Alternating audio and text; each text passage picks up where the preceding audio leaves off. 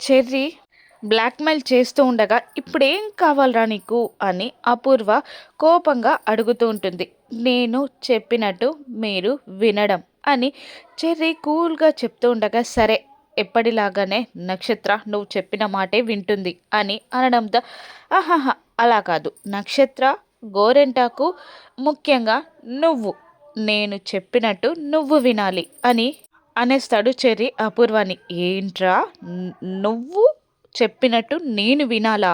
అది అసాధ్యం. నన్నే బ్లాక్‌మెయిల్ చేయాలని చూస్తున్నావా?" అని కోపంగా అంటూ చెర్రీని పక్కకి నెట్టేస్తుంది అపూర్వ. దాంతో చెర్రీ వెళ్ళి ఒక టేబుల్ పైన, అదే కబోర్డ్ లాంటి దాని పైన పడిపోతాడు. కానీ పైకి లేవడు. "నన్ను బ్లాక్‌మెయిల్ చేసి నువ్వు చెప్పినట్టు నేను వినాలి అని చెప్పి ఒక్క దెబ్బకే అలా పడిపోయావేంట్రా, పైకి లే" అని అంటూ ఉంటుంది అపూర్వ. కానీ చెర్రీ పైకి లేవడు. "చూడే" అని గోరింటాకుని అంటూ ఉంటుంది అపూర్వ. "బాబు, పైకి లే" అని భయంగానే అంటూ ఉంటుంది ఆ గోరింటాకు. కానీ పైకి లేవడు చెర్రీ. ఇక బలవంతంగా పైకి లేపుతూ ఉంటుంది చెర్రీని గోరింటాకు. ఇక ఒక్కసారిగా పైకి లేచి కింద పడిపోతాడు చెర్రీ. చెర్రీ కడుపులో కత్తి గుచ్చుకొని ఉంటుంది. అక్కడ ఫ్రూట్స్ కట్ చేసే చాకు చెర్రీ కడుపులో దిగబడిపోతుంది. "ఏం చేసావమ్మాయ్" అని గోరింటాకు గట్టిగా అరుస్తుంది అపూర్వ పైన. నక్షత్ర కూడా చెర్రీ కడుపులో కత్తి దిగబడడం చూసి షాక్ అవుతుంది. ఇంకా ఊపిరాడుతుంది అని అంటూ చెర్రీ కడుపులోని కత్తిని బయటికి తీస్తుంది గోరింటాకు. దాంతో ఒక్కసారిగా గట్టిగా ఊపిరి పీల్చుకొని ప్రాణాలు వదిలేస్తాడు చెర్రీ. "అయ్యో, చెర్రీని చంపేశావు" అని అంటూ ఉంటుంది అపూర్వ గోరింటాకుని. "నేనెక్కడ చంపేశానే, నువ్వే కదా వాణ్ణి తోసింది, వాడు వెళ్ళి కత్తిపై పడ్డాడు" అంటూ ఉండగా, "కడుపులోని కత్తి తీసింది నువ్వే కదా" అని అంటూ ఉంటుంది అపూర్వ. "కత్తి తీయకపోతే జీవితాంతం దాంతోనే బ్రతుకుతాడా ఏంటి వాడు" అని అంటూ ఉంటుంది గోరింటాకు. "ఏం చేసావు మమ్మీ" అని అంటూ ఉంటుంది నక్షత్ర. ఇక చెర్రీ అక్కడ శవంలాగా పడిపోయి ఉంటాడు. గోరింటాకు, అపూర్వ, నక్షత్ర ముగ్గురు ఏం చేయాలా అని ఆలోచిస్తూ ఉంటారు. మరోవైపు ఇందు ఇంటికి ఇస్ శివాని తీసుకెళ్తాడు గగన్. లగేజ్తో సహా శివాని తీసుకెళ్తాడు గగన్. "హాయ్ అన్నయ్య" అంటూ ఇందు ప్రేమగా పలకరిస్తూ ఉంటుంది. శివాని లోపలికి తీసుకొస్తాడు గగన్. అప్పుడు "హాయ్ బావా" అంటూ పలకరిస్తూ అక్కడికి వస్తాడు వంశీ. "హాయ్" అని అంటూ ఉంటాడు "ఏ, గగన్, కాస్త ముందు చెప్పుంటే నీకోసం కూడా డిన్నర్ ప్రిపేర్ చేపించి మేము వెయిట్ చేసే వాళ్ళం కదా బావా" అని అంటూ ఉంటాడు వంశీ. "పర్లేదు, అటువంటి ఫార్మాలిటీస్ ఏవి అవసరం లేదు" అంటూ శివాని పరిచయం చేస్తూ, "ఇతను భూమి తమ్ముడు శివ" అని అంటూ ఉంటాడు గగన్.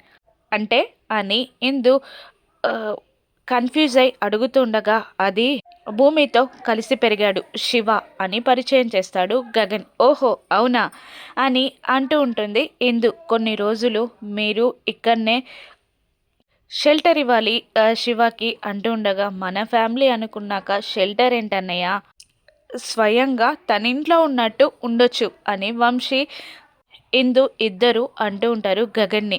కానీ శివ ముఖం చూడగానే బాగా కొట్టినట్టు కమిలిపోయి ఉంటుంది వంశీ గగన్ని. బావా, అతన్ని ఎవరో కొట్టినట్టున్నారు" అని అంటూ ఉండగా, శివ చూస్తూ ఉండగానే గిల్టీగా ఫీల్ అవుతున్న గగన్, "నేనే కొట్టాను" అనడంతో, "అవునా, ఏమైందన్నయ్య" అని అనేస్తుంది ఇందు. "శివ పూరిని ప్రేమించాడు" అనడంతో, "ఓహో, అవునా అన్నయ్య, అందుకే కొట్టావా" అంటూ ఉండగా, "లేదు లేదు, పూరి కూడా శివాని ప్రేమించింది" అనడంతో కన్ఫ్యూజ్ అవుతారు ఇందు, వంశీ. "వాళ్ళ పెళ్ళి కూడా చేయాలి అనుకున్నాను" అని అనేస్తాడు గగన్. "నువ్వు చెప్పేదంతా కన్ఫ్యూజ్డ్గా ఉందన్నయ్య" అంటూ ఉండగా, "బావా, నీకు హెల్ప్ చేయడం మాకు పుణ్యం లాంటిది. నేను ఇంకొక ఎక్కువగా నిన్ను అడగదలుచుకోలేను, అంత ధైర్యం కూడా నాకు లేదు" అని వంశీ అంటూ ఉండగా, "ఇప్పుడు అడిగినా చెప్పే పరిస్థితుల్లో నేను లేను. ఇప్పుడైతే శివాని మీ దగ్గర ఉంచుకోండి" అని అంటూ ఉండగా, "సరే బావా, గుడ్ నైట్" అని వంశీ అనేస్తాడు. ఇక గగన్ వెళ్ళిపోతూ ఉండగా, ఆ లగేజ్ని వాళ్ళిద్దరికీ ఇచ్చి, "నేను మా బావతో మాట్లాడొస్తాను" అని అంటూ, "బావా" అని గగన్ని శివ పిలవగానే వెనక్కి నడుచుకుంటూ వస్తూ ఉంటాడు గగన్, శివ ఫేస్ చూడలేక. "బావా, నువ్వు ఇదంతా ఎందుకు చేస్తున్నావో నాకు అర్థం కావట్లేదు. నేను భూమి తమ్ముణ్ణని చెప్పినప్పుడే బయటికి గెంటేస్తావు అనుకున్నా, కానీ అలా జరగలేదు. పూరిని ప్రేమించినప్పుడు అలా చేస్తావనుకున్నా, అది జరగలేదు. కానీ మా అక్కని కేసులో ఇరికించడం, నన్ను కొట్టి బయటికి పంపించడం ఏమీ అర్థం కావట్లేదు బావా అంటూ ఉండగా, పూరి నువ్వు ప్రేమించుకోవడం నాకు అభ్యంతరం లేదు. నేను అభ్యంతరం ఉన్నవన్నైతే నేను పెళ్లి చేస్తానని మాటివ్వను. కానీ నిన్ను కొట్టడం అనేది నా తప్పే. నన్ను క్షమించు అంటూ 2 చేతులెత్తి దండం పెడుతూ ఉండగా, ఇదంతా ఎందుకు చేస్తున్నావు బావా అని శివ అనేస్తాడు. మీకు పూరితో నా పెళ్లి చేయడం ఇష్టం లేకపోతే మాకు చెప్పండి బావా, నేను నా దారి నేను చూసుకుంటాను అని శివ అంటూ ఉండగా, నాకు ఇష్టం లేకపోతే నేను అసలు ఎంగేజ్మెంట్ ఏర్పాట్లు చేసేవాన్నే కాదు. కానీ ఎందుకు కొట్టానన్న విషయం నీకు తర్వాత అర్థమవుతుంది. నేనిప్పుడు చెప్పలేను అంటూ వెళ్ళిపోతాడు గగన్. ఇక శివ చేసేది లేక లోపలికి వెళ్ళిపోతాడు. మరోవైపు గగన్ ఆవేశంగా కార్ తీసుకొని రోడ్డుపై వస్తూ ఉండగా ఒక్కసారిగా శివాని కొట్టడం అంతా గుర్తు తెచ్చుకొని బాధపడుతూ ఉంటాడు గగన్. అప్పుడే పక్కనే ఉన్న భూమి థ్యాంక్ యూ బావా అని అనేస్తుంది గగన్ని. థ్యాంక్ యూ ఎందుకు? నేను నీకు సారీ చెప్పాలి.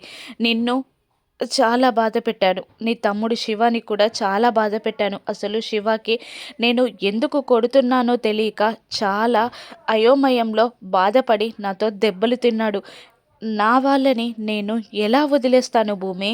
అందుకే బిందు ఇందు ఇంట్లో పెట్టాను.